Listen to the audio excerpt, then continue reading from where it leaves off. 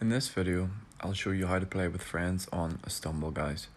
So the first thing you need to do is make sure that you and your friends are both on the same server region. So to do that, press on the settings cog in the top right and come down to server region, and then make sure you're all playing on the same one. So for me, it's going to be Europe.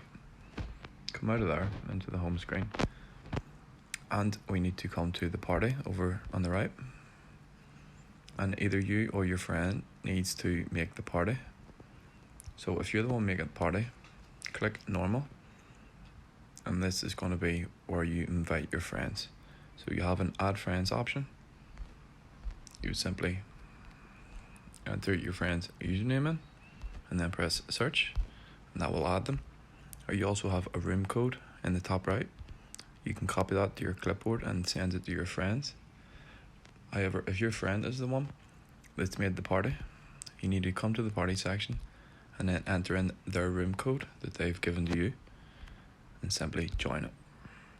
So that's how to play with friends on Stumble, guys.